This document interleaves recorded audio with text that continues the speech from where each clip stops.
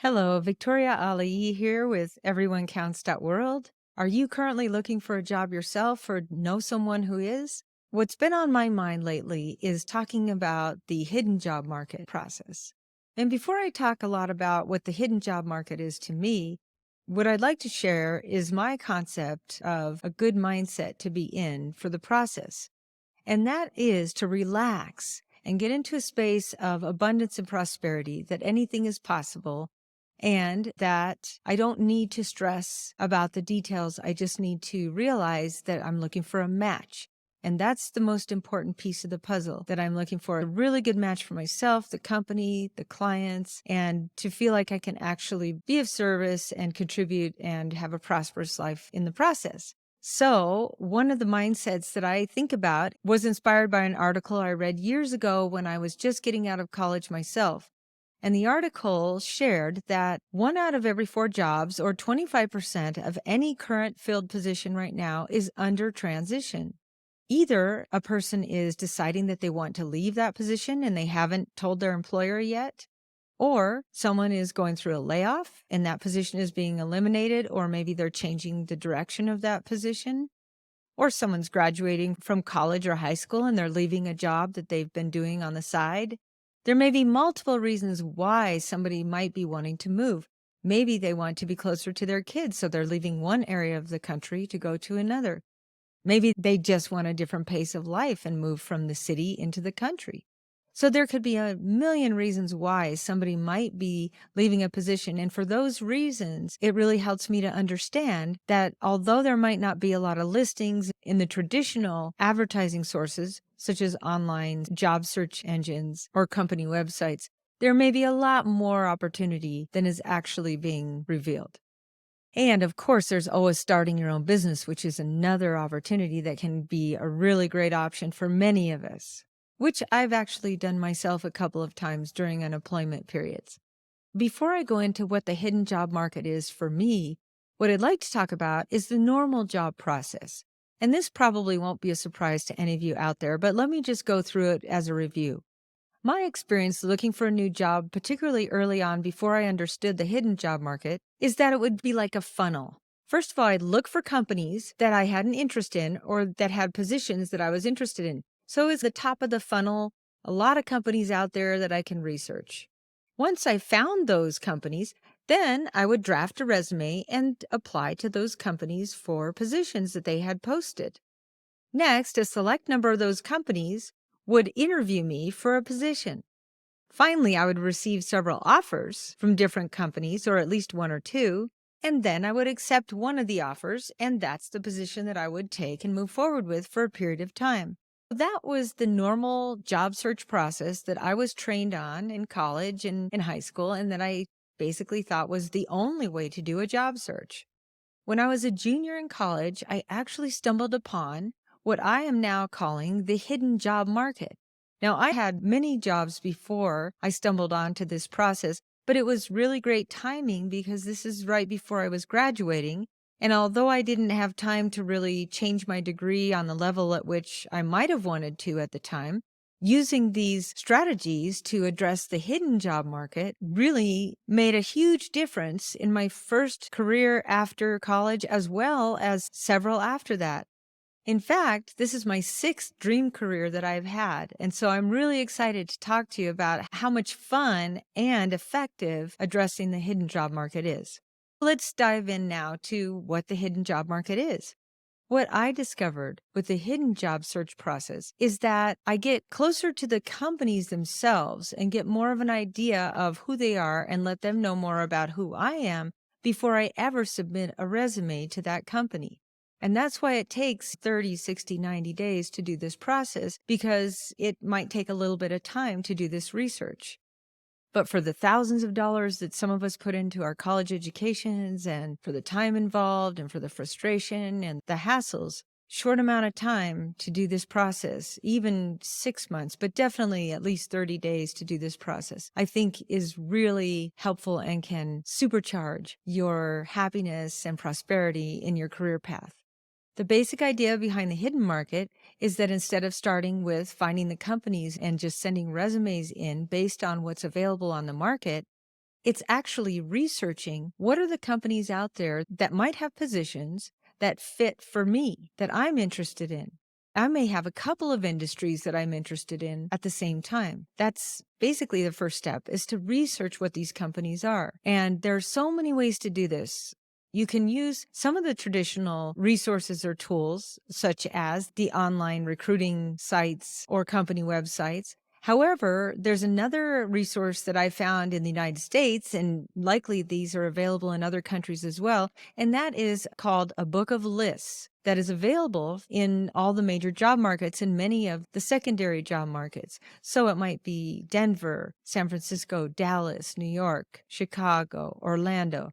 All of these areas have what are called business journals, and these companies have available these book of lists. And the book of lists are basically amazing because they have the top 25 of all of the different industries listed in those books. And these books can be available at libraries, as well as you can purchase the print or online versions for yourself for this process. Highly recommend this investment. Even if you don't work in those large areas, you can use these companies as opportunities to do job searching, and who knows, they might have possibilities for you.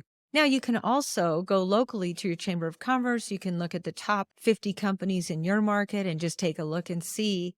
Every community, even down to the little town I'm living in now of 8,000 people, has a list of the top 20 employers in the county. And so this can be another opportunity to take a look at what are the companies that might have the positions that I'm interested in. And especially if you're not sure whether you like those positions or not, you can actually go and do what the next step is, which is informational interviewing. Once you have identified 3 or 4 companies that you think might have opportunities, try to find specific people within those companies that you can request an informational interview with. For instance, you might want to go into product management at a software company, and so you take a look and see who are the people that are in that position at that company, either through looking at LinkedIn or looking at articles written from that company on a certain division. For instance, I found someone by reading a trade journal on animation when I wanted to go into 3D animation. I found an article written by an animator who worked at Disney's. So I sent a letter to that person at the time, and now you can use email, of course, and I requested an informational interview. I said to the person that I was working at a position in sales and I was looking seriously at changing to becoming a 3D animator. I asked the person in the letter, would you be willing to spend 15 minutes with me to share some of your experience around working in this industry? And here are a few sample questions that I'd like to start with.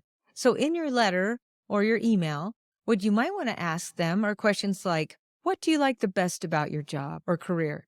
What do you like the least about it? What is your average day like? What type of education or experience did you need in order to be successful, to be hired at this company? And what kind of experience or education do you wish you had now, knowing what it really takes? And especially if you can bring up specific industry questions to add on to that, it's really helpful. At the end of the letter, what I do is I also tell them I will call your office next week on Tuesday to see whether you're available to schedule an informational interview with me. In the meantime, if you'd like to reach me, here's my contact information. And so they have my email and my phone number in case they want to reach out proactively first. What are the advantages to doing this versus just sending a resume out to a company blind or cold? If I contact this company, number one, they know I'm a proactive person. Number two, I'm asking specifically about their industry. And so they know they have someone who is a little bit different, not just looking for their average job, but seriously interested in that particular field or that particular position. 3, I'm telling them that I will contact them next Tuesday, meaning that they know that I've set myself up for an accountability action. So if I don't call them the following Tuesday, they already know something about me. But if I do, they know that I'm accountable on some level and I do what I say I'm going to do. I've got proactivity. I have interest in their field. I have opportunities for them to see whether they can rely on me or not. And I'm hooking into every professional's desire that I've ever talked to, which is being able to share some of our success story with somebody else. And so those are some of the reasons why this is the hidden job market. It's not clear that you're actually doing job-related activities. It might appear that you're just trying to get information for yourself for your research, but the truth is you're actually starting an interview process before you ever send a resume. That's why it's really nice if you can approach somebody in the department you're interested in or at the level you're interested in. In a small company, it might even be the CEO or the president or the owner. In a larger company, it might be the head of a certain department. If you don't hear from them, you make your call and you set up the appointment. If you don't get through to them, you go ahead and follow up with an email and say, "Hey, I left you a message. Please let me know if you've got time here a couple times for me." And generally, the people will either let you know that they can't meet or that they can meet. And if they can't, you can always ask them, is there anyone else in your company that would be willing to take 15 minutes with me to answer some of these questions? And you're not trying to be pushy. What you're trying to do is you're definitely trying to keep things moving forward and continue to let them know that you're interested, even if they don't personally want to do this. Okay, so once you've actually set up the informational interview, the next step you do is you prepare yourself for that interview. You research their company again. You look up any articles that person might have written. You just do a search online to see, hey, have they been listed in anything? You look up if they have a Wikipedia page. Occasionally that happens. And then when you call, make sure to ask your questions and any questions that come from that, always stick to the time frame you ask for. So whatever you do, don't go over the 15 minutes. If you've asked for 15 minutes and you still are having a great conversation, make sure to stop at the first opportunity to say, I just realized our 15 minutes has passed. Are you still available to talk for a few more minutes, or would you like to wrap it up? And if so, just say, I just have one or two more quick questions, one of which is based on our conversation. I am interested in the possibility of doing a job shadow or a tour of your company. Is anything like that available, or would you be open to that? Like a half a day or a day job shadow? Or do you offer any internships that I could find out about? The nice thing about a job shadow is that doesn't really take HR, doesn't take a lot of processes. It gives good information to them and to you. Because again, if you are able to go to a job shadow with that person, like a ride along, one of my friends actually did a ride along when she was trying to go into being a park ranger. And that was super helpful for her because she was able to see, oh, I don't like national as much as state. And she got a lot of really good information out of it and ended up having a dream career. At the end of your talk, when you're doing the informational interview, you want to do two things. Number one is ask if they have this opportunity for job shadows. But number two is to ask them if they know one or two other people who would be willing to do an informational interview with you from their industry as well. Then get that information and ask them whether they're willing to refer you or if you can use their name when you contact them in order to set up the informational interview. So what you're doing now is you're building a network. You've got one person who sent you two more people. You've got three people now in the industry. You're way ahead of where most people are sending in a resume to a company. Some of the advantages of being able to get in and do a job shadow are that, again, you show up on time or a little bit early, you're dressed professionally, you are curious, you're interested, you ask questions when it's appropriate during the job shadow if you can help out a little. And then you thank them always with a thank you note and maybe a little bit of chocolate. Doesn't hurt. But nothing too big so it seems like a bribe. Now, once you're able to attend the job shadow, what do they learn about you at a job shadow?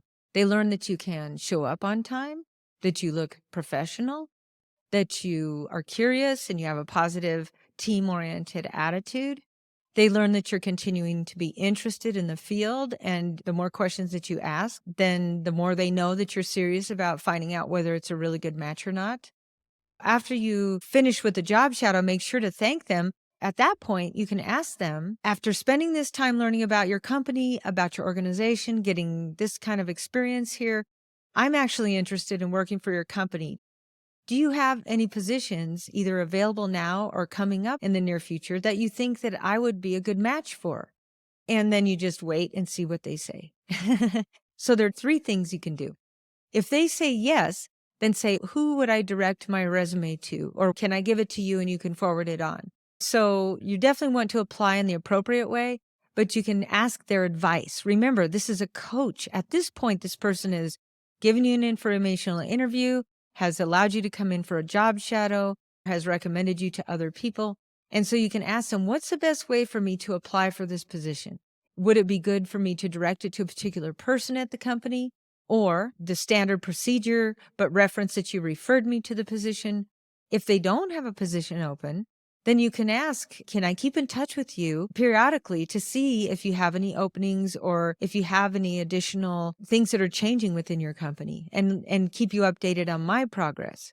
Because they've become a little bit of a cheerleader for you, like a coach without realizing it.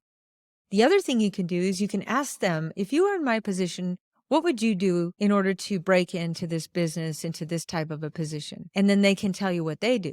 Now, if they don't offer it, ask them, are you part of any professional organizations? Almost every single position, job, industry, down to welding, down to human resources, every single position out there or industry has some kind of an association. And that's where I go to meet more people, go to their monthly meetups or conferences to meet other people, to do informational interviews with, to do job shadows with, and to apply to their company. Volunteering at registration tables at these conferences is one of the best ways to jump in and really get to know people. And then going around to everybody's booth or going to the seminars or the presentations that people are giving. As you can see, if you really want to break into any industry and you love it and you have the education or you can get the education, then that's a really great way to do it. Another strategy that you can use if an employer that you've done an informational interview or job shadow with isn't hiring right now is you can ask the person who's working there, how is career advancement at your company? For instance, if I was to come in at a more entry level in order just to break into the organization, would it be possible for me to work my way up to this type of a position over a period of time? And so that's another way to go. An example of this whole process that worked for me, where I got one of my dream jobs, was that I wanted to be in 3D animation, as I mentioned earlier. And I was working in the advertising field, and I had already used these strategies to break into advertising after college. However, after working in advertising, I realized I really like animation and video production even more than working in advertising. So, since I didn't actually have a degree in that type of a graphical design field, although I had a little experience in it, I did this process. And what I did was I had a job in advertising. So during the time that I had free, I researched companies that were doing 3D animation in the Denver market, including the TV stations. And I ended up volunteering at the SIGGRAPH, or the Computer Graphics Regional Conference, very shortly after I started my research. And I volunteered at the registration booth. And sitting next to me was a man who was working at a company called Robert Waxman's, and his wife was the computer imaging specialist. Now, I had sales experience, I had a marketing degree, I had advertising experience. And so I had that going in, and I looked at, well, how can I leverage my experience into something like that? So what his wife did is that she was the computer imaging specialist at the time, and this is way before the internet really became a thing. And she was in the position of selling 3D animation and video equipment and software. So I thought to myself that that would be a great way for me to break into the field, is leverage my background in sales and advertising and marketing. After I met with him, I kept learning about the company, and within a couple of weeks, I ended up going through a layoff unexpectedly at the ad agency because they had run out of funds. And it was a great company to work for, but it was also one of these feast or famine situations. When they had work, it was great. Everything was flowing and everyone was doing well. But when they were in between jobs, that was a little bit of a stretch. So I took that opportunity to go and apply for an entry-level sales position at the retail part of the Robert Waxman's organization. And so I ended up selling film and photo finishing. For a lot of you, you may not know what that is, but that's the way people took pictures before cell phones. In any case, after a year, I noticed that the computer imaging position was open. And so this woman had moved on to another position at another company. And I thought to myself at the time, wow, I've only been here a year. I really don't have that much experience. So my confidence was low. So I sat there for 1 month, 2 months, 3 months. That position still wasn't filled. And so finally, I got up the courage with an accountability partner supporting me. And I went up to the manager of that department and I said, I'd like to find out more about this computer imaging position. It's something that I really am interested in. It's a big reason why I came to this company. And the manager just looked at me and said, where have you been? That's basically how I got that dream job, and ultimately, it did take me a year to get into it. But once I got into it, my gosh, I was able to buy the software, 3D Studio, if there are any of you animators out there at the time, big discounts on that, big discounts on equipment. I was able to set myself up and I had mentors and I was able to meet all the people in the area that were purchasing or getting into animation on any level. And it was just fantastic. So that's an example of how I took it from beginning to end. And I didn't really do the job shadow with them, but obviously by doing the volunteering at the trade show, that's where I got the experience and got to meet the people and they got to know, hey, here's somebody who's friendly. She's willing to help out on a volunteer basis. We want her at our company. Now, at the point, of course, when I did apply to the company for the entry level position, I did need to submit a resume. So it's not like the normal job process goes completely out the window. It's just where do you fit those pieces in? And what type of investment can you put in yourself and that organization that you're interested in order to see if it's a really good fit before you get over there? Because a lot of us end up spending at least a year. I spent, I think, at least 8 years at that company in various positions, which was another dream job. One of the people that I was working with at Robert Waxman's at the end of my time there said, "You're finally getting a real job," when I got another position that paid about 30% more. And I said, "You know what? I've had a real job. But whatever position I have at the time, I treat it like it is my real job, even if it is a stepping stone." A lot of us have what could be considered stepping stone jobs in high school and college. If you treat each one of those jobs as though it's a real job and you do your best and you show up on time and you can pass a drug test, you exceed the expectations of the employer and yourself, and you treat the clients as best as you can, then that's going to help you in your entire career search over multiple careers. We'll do another video on that another time, which is the fundamentals of work ethic. Let's review. You've basically taken the time to find your passion. You've been able to do the research on the companies and then individual people within those companies that you can talk with. And you've been able to identify either a starter position in that company that will get you to your long-term vision there, or be able to apply directly for a position that is a match based on your experience. And you bring in the normal process at the point where you're applying for a job, which is you are submitting your resume, paying special attention to that cover letter, because the cover letter has gotten me more interviews than the resume, in my opinion, but they're both really important. Then you've also been able to get some offers and you've fielded those offers. You've accepted a position and now you're starting. Before you ever submit a resume, though, I want you to think about it from the employer standpoint, which is they're interviewing 30 people for a position. And you're the one that actually proactively came over there and did the informational interview. You're the one that did the job shadowing. You're the one that showed the interest in their career, in their company. So they know who you are. They know that you can show up on time. They know that you're professional. They know that you're friendly. And because of that, who do you think they really want to hire? And what is your opportunity going to be in that environment?